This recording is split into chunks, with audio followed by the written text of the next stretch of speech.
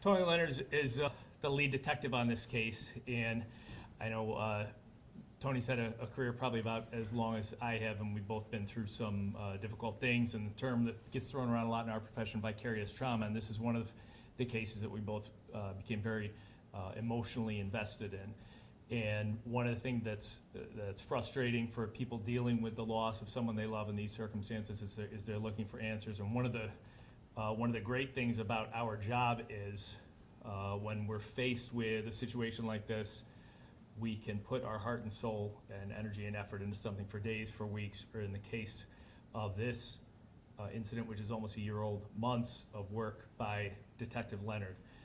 We know we can't bring Millie back, but we can get answers for the family. We can get some healing for the family.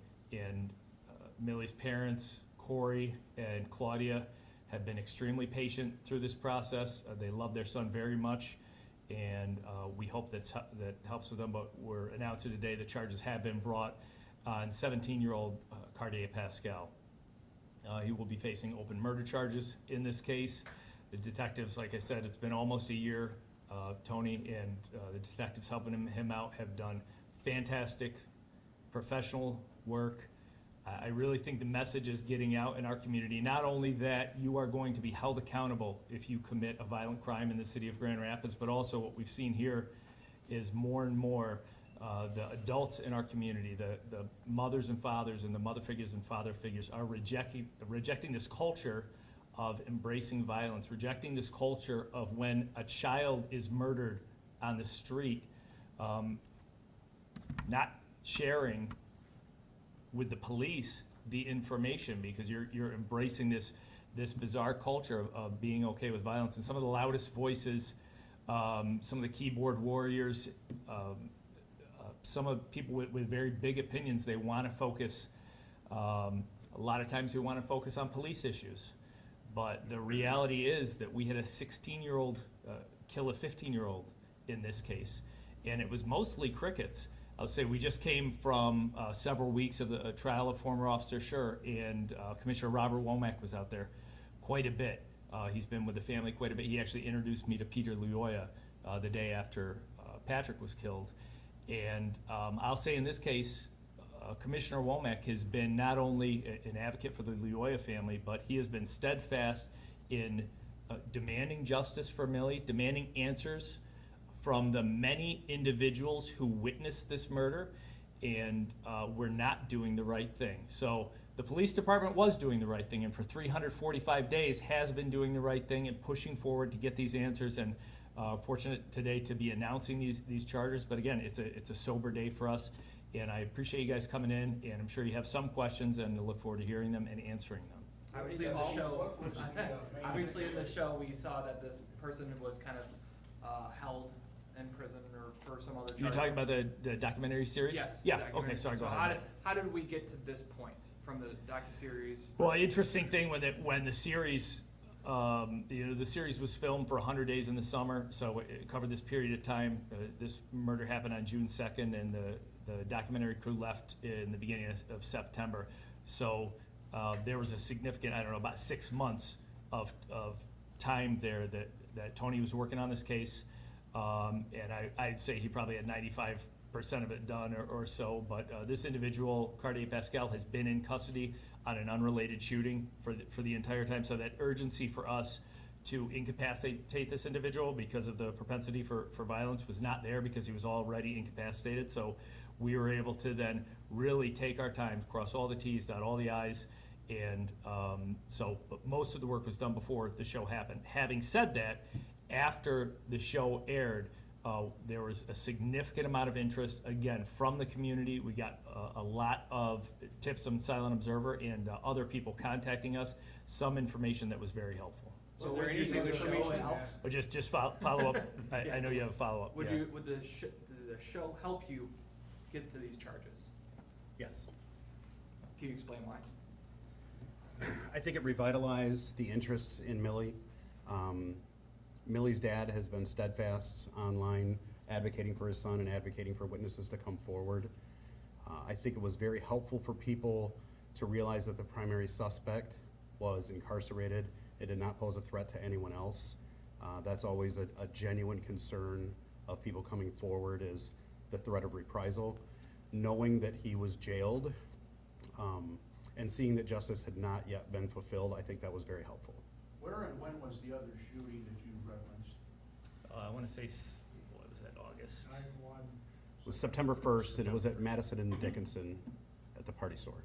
What new information has come to light? That we're not going to reveal. In the show, we saw that there was a possible fight club involved between Amillier and possibly Cartier. What was that like to kind of navigate, was there anything that kind of made things more difficult with that backstory there? I'll tell you, so what we had here, and when this when we lost Millie, he was 15, and Cartier was 16. So we're talking about kids. We're talking about teenage boys doing teenage boy things. I have a teenage boy. I do not advocate him sparring with people out on the street. He actually belongs to a boxing gym. I think that's a much healthier way to get that teenage stuff out. But this is just kid stuff, doing kid stuff. So we're certainly not painting Millie as any sort of bad kid. And certainly not indicating anything that took place in his life previously that would be any sort of justification for violence to rise to this level. What were the main sticking points? I know you've talked a lot about the community not wanting to speak up. What were some of the other Yeah, things? that's the biggest. I mean, the biggest one was that. I mean, the obstacle, and I'll let Tony if he wants to add in, but you got a huge crime scene. You have a little bit of gap of surveillance there, so there's a lot of places, especially in downtown, where we're just going to catch the incident on video. We lost another 15-year-old that same summer, Lakijah Williams, and that incident was actually captured on video because there's a lot of surveillance. This one, there was not video of the actual incident. We knew that there was running involved. We knew that there were numerous people, so huge crime scene, which is a very large area to canvas. And then we know that there's a lot of young people that are living in a culture that refuses to cooperate with the police, or at the time at least was refusing to cooperate with the police. And maybe more alarming, what we weren't getting was support from the adults in these kids' lives to say, this is not the time. When a 15-year-old boy is murdered, that is not the time to say, I'm going to hold a code of the street. I'm not going to be a snitch. I'm not going to talk. That is the time to say, we're all in this world together. We're all humans. We need to act like we care about each other and love each other. And as a parent, you have to realize that it might not be your 15-year-old kid that was shot and killed today, but your 15-year-old kid, if you have one, is living in a world where that could happen, and you've got, a dozen other kids who are going to go back to their house and say, well, I'm not saying anything. Like, I don't want my kids to live in that world. And these kids, I live on the northeast side of Grand Rapids. I've said this many times. You have a statistical chance 48 times more likely to get shot down in the neighborhood where Millie was shot than on the northeast side where my kids play. Why should my kids be any safer than kids down playing football, which is what Millie's doing? Obviously, the answer is they should. They should all be safe, and part of that is the adults in these kids' lives need to step up and realize you cannot embrace a culture of no snitching, whatever you want to call it. There is no moral justification for it whatsoever. Have you developed a motive yet? Motive is going to be, have we developed a motive that is going to make any rational sense to any adult? Absolutely not. No.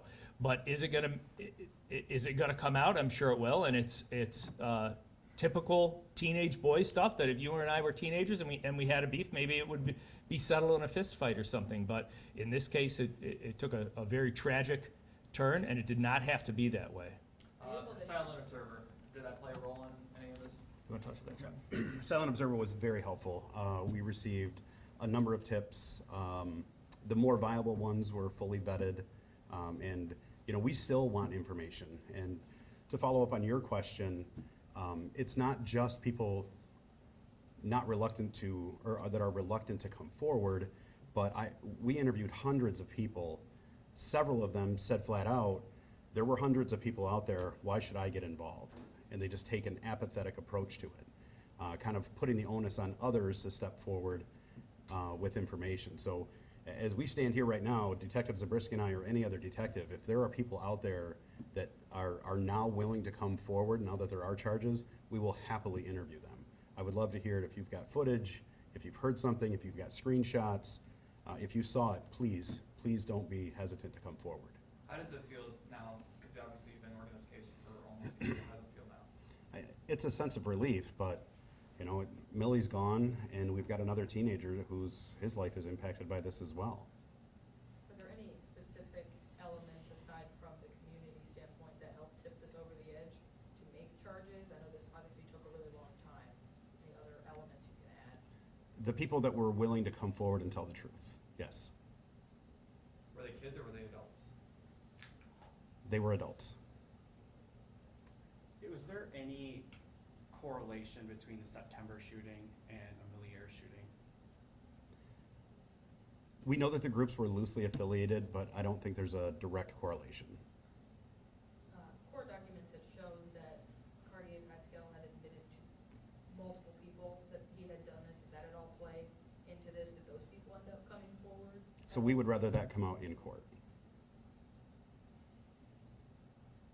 You referenced Leoya, I know it's off subject and maybe not appropriate. but If I can't answer it, I'll tell you why I can't answer it, but you can Has ask me there whatever you been want any while we're all further here. Prosecution, whether they're going to pursue another trial in the Leoya case. I have not, no. No. Obviously, we're starting to get to the warmer months. Anything you want to say to the community? We're headed in the right direction. As you all probably know, we lost two souls this year, both of them to domestic-related violence, a 12-year-old and an adult woman in a violent domestic relationship, but we haven't had an individual that was killed by gunfire yet this year, and I would love to go through the entire year of 2025 with that. Last year, like this was almost a year ago for last year, and then we lost Lakaija. The message has been consistent, and that is the adults in this city, the mothers and fathers and mother figures and father figures need to stand up, be adults, take an interest in their kids' lives. If you have the capacity to be a mentor to other young people in this community, do so. But our young people, they need help, they need mentorship, they need to know that this lifestyle of violence is just going to lead to one thing or another, and you see it in this case, incarceration or serious injury or death. So that's the message. Has the show helped in any other cases? I know we've gotten a lot of information, but if I recall, all of the other cases are, I believe that the cases so far that have gone through have been closed by arrest.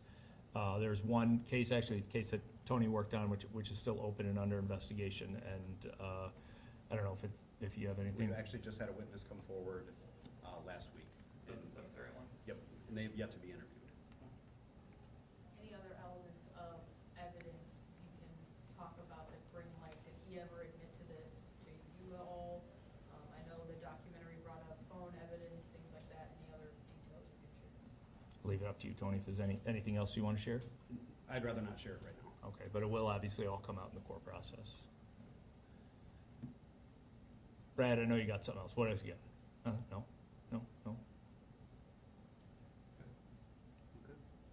Have you talked to family members? Yes. What was that reaction? What was that like? Legally, we need to notify Cardi's parents.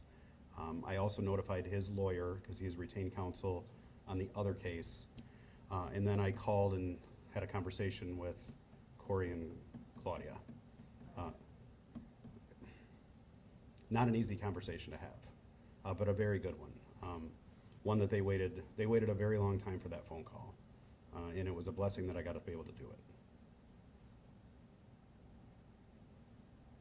Is it normal for cases like this to take as long? I mean, I know you had that challenge at the community. Was that basically the reason it had kind of? I would say if people came forward the first day, this case would have been wrapped up, obviously, in a week or two at the most. I've been involved in murder cases which have taken 20 years to go through, but this one didn't have to be this way. It didn't have to be 345 days. If every adult, at least in the city, did what was the morally responsible thing, this case would have been wrapped up a lot sooner. And it just comes down to that people need to, we talk a lot about holding the police to high standards. I'm all about that. Accountability for the police department, reform to the police department. One thing I've seen is reform in the community, holding the community accountable. And we need to see more of that. And we saw that as this case went on, more and more people willing to cooperate, but it didn't have to be 345 days. It should have been earlier. Everyone in the city should have been acting like an adult, because this was a 15-year-old boy who got murdered. Is there a bond on this? No bond, No no, bond. no, not at this time. He's been charged, or, he was in court already. He was arraigned at. This morning. Yeah, he was arraigned already this in morning. jail. Right, yep, in jail, and will remain in jail without bond. Yeah. Okay, we all set? Thank you. Thanks, guys. Thanks,